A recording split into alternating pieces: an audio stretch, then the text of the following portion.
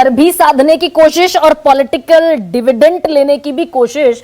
मनोज, लेकिन क्या ये पीडीए से इतर बचा कितना था? वो 17% सवर्णों का वोट बैंक बचा।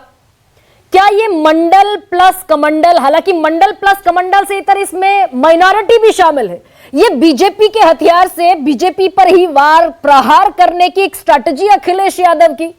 हालांकि सुकेश कह रहे हैं लॉन्ग टर्म कितना चलेगा, 27 तक अभी तस्वीर हो सकता है मुख्तलिफ हो, अलग हो, लेकिन एट प्रेजेंट ये बीजेपी को उसी की भाषा में जवाब देने की कोशिश दिखती है क्या?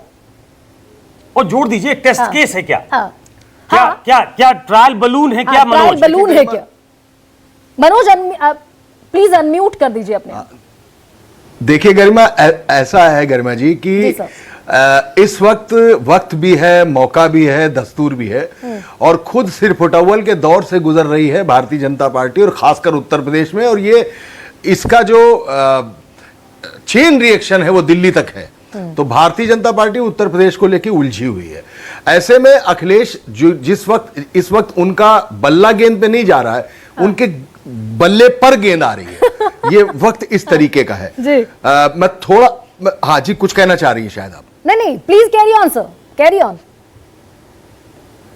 हाँ, तो मुझे वो वक्त याद है जब मुलायम सिंह यादव पार्टी के सब कुछ सर्वे सर्वा थे और उस वक्त था, तो उन्होंने बहुत सारे नेता पैदा किए। जनेश्वर मिश्र ब्राह्मण, मोहन सिंह ठाकुर, अमर सिंह फाइनेंसर और स्टार वैल्यू डालने वाले, आजम खां छोटे से रामपुर के एक छोटे से नेता थे जिनको नेशनल लेवल का मुस्लिम लीडर उन्होंने बना दिया।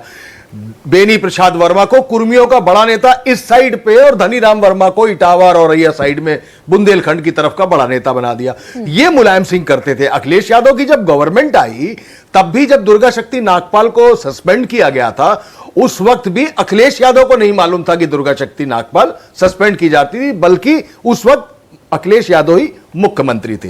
यही मुजफ्फरनगर के दंगों के दौरान हुआ था, और यही 84 कोसी जो परिक्रमा अयोध्या की होनी थी, उस वक्त भी अखिलेश को नहीं मालूम था कि मुलायम सिंह क्या पैतरा चलने जा रहे थे। यानी रिमोट उनके हाथ में था और अखिलेश यादव मुख्यमंत्री थे। इस बार इस लोकसभा चुनाव में अखिलेश यादव के भीतर के अक्स में मुझे मुलायम सिंह दिखाई देने लगे हैं। अब उनकी चाल शतरंजी भी है, उनकी चाल पॉलिटिकल भी है, और यही जो भाजपा का माहौल यहां पे है, उसको देखते हुए उन्होंने माता प्रसाद पांडे जैसा एक नाम सामने लाया है, जो पांडे भी है, जो ब्राह्मण भी है, और स्पीकर भी रह चुका है। यानी नेता प्रतिपक्ष वो है जो कम से कम सदन में किसी भी बात को क्रॉस कर सके, किसी भी बात का कोई प्रीफिक्स सफिक्स जोड़कर बता सके, क्योंकि पूरी सरकार से टकराना है उनको। तो Mata Prasad literary point of view से सबसे बेहतरीन मोहरा है।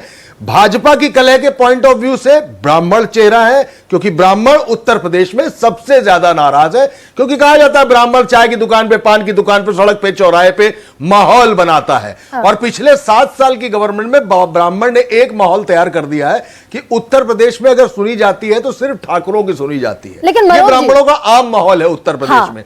ये जो सुकेश भी कह रहे थे यही बात कि भाई अक्सर निशाना साधा गया अखिलेश यादव की तरफ से भी, लेकिन ये विधानसभा से बाहर की भी लड़ाई है क्या?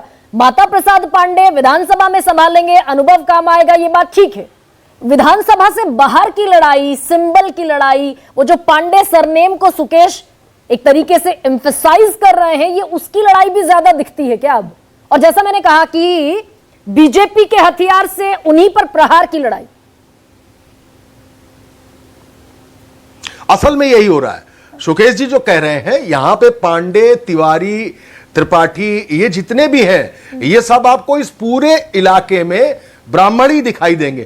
थोड़ा सा पूर्वांचल से शुरू करेंगे तो इसमें पांडे और तिवारी, शाही, ठाकुर भी है और ब्राह्मण भी है। ये एक अलग मसला है। लेकिन हां, पांडे करके जो सुकेश जी ने कहा, वो बिल्कुल क्लियर कट मैसेज दिया है कि ब्राह्मण जो नाराज है खुद भारतीय जनता पार्टी और संगठन से और सरकार से, उसको साधने की कोशिश की गई है। हां, शिवपाल यादव उनको भी साधा गया है, उनको भी साधा गया है, क्योंकि लगता है कि पार्टी में कद अखिलेश यादव के बाद शिवपाल यादव का होना चाहिए। लेकिन माता प्रसाद पांडे का एक कद भी है, वो ब्राह्मण भी है, और यही एक क्रॉस करने की पॉलिटिक्स अखिलेश यादव ने लड़ी है।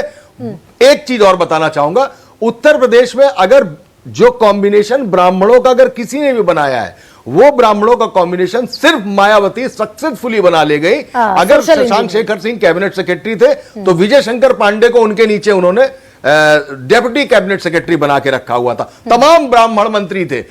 यही वजह है कि ब्राह्मण के सांसद, तमाम विधायक, ये सब नाराज रहते हैं सरकार से। जैसा कि उन्होंने बताया, वेल में बैठ गए थे आगे करीबन 150 विधायक, वो ज्यादातर उसमें ब्राह्मण थे। ब्राह्मण यहां पे जो बैठते हैं कमरों के अंदर तो सरकार की बुराई करते हैं, तो वही ब्राह्मण का। और आज एक आनंद शुक्ला एक पूर्व विधायक है जो भारतीय जनता पार्टी के, आज उन्होंने माता प्रसाद पांडे को विधानसभा अध्यक्ष माफ कीजिएगा, नेता प्रतिपक्ष बनाए जाने की बधाई दी है और अखिलेश यादव और समाजवादी पार्टी को टैग किया और कहा कि एक महत्वपूर्ण फैसला है।